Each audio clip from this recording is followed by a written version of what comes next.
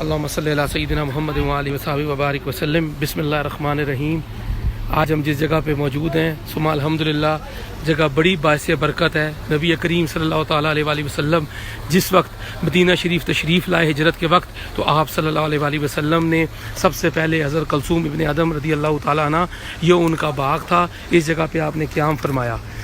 نبی کریم صلی اللہ تعالیٰ علیہ وآلہ وسلم سیدنا ابو بکر صدیق رضی اللہ تعالیٰ عنہ کے ساتھ یہاں پہ جلوہ فرما ہوئے۔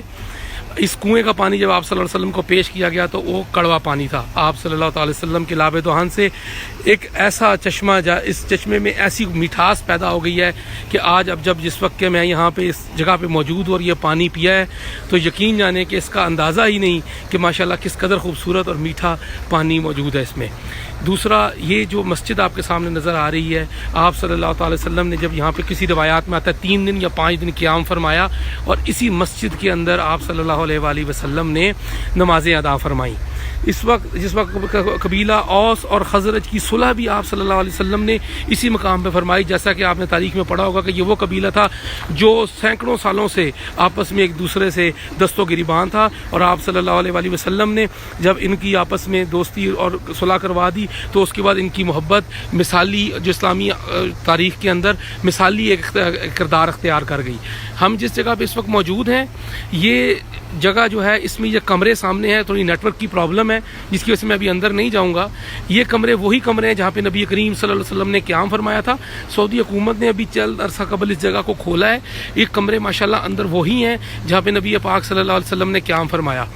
اس کھجوروں کو وہی پانی لگتا ہے جس نبی کریم صلی اللہ علیہ وسلم نے جس پانی میں لعاب دہن ڈالا تھا، وہ یہ اس جگہ پر وہی پانی جو ہے وہ سب باغ میں جا رہا ہے، اور 20 قسم کی مختلف انواع کی کھجوریں یہاں موجود ہیں۔ اور نبی کریم صلی اللہ علیہ وسلم کا اس کو معجزہ ہی کہیں گے کہ یہ جو پانی ہے اس کی مٹھاس پانی اور بھی جگہ پہ پیے ہیں۔ بیر شفا میں بھی اس دن ہم گئے پیا، بیر روحہ میں بھی پیا۔ اللہ سبحانہ و تعالیٰ کے نبیوں کی شان ہے، اور اللہ کے پیارے نبی کریم صلی اللہ علیہ وسلم کی شان ہے جہاں پہ آپ کا لعاب دہن ڈلے۔ لیکن جب اس جگہ کا پانی نوش کیا تو ایک عجب ہی ذائقہ اور ایک عجب ہی بات تھی۔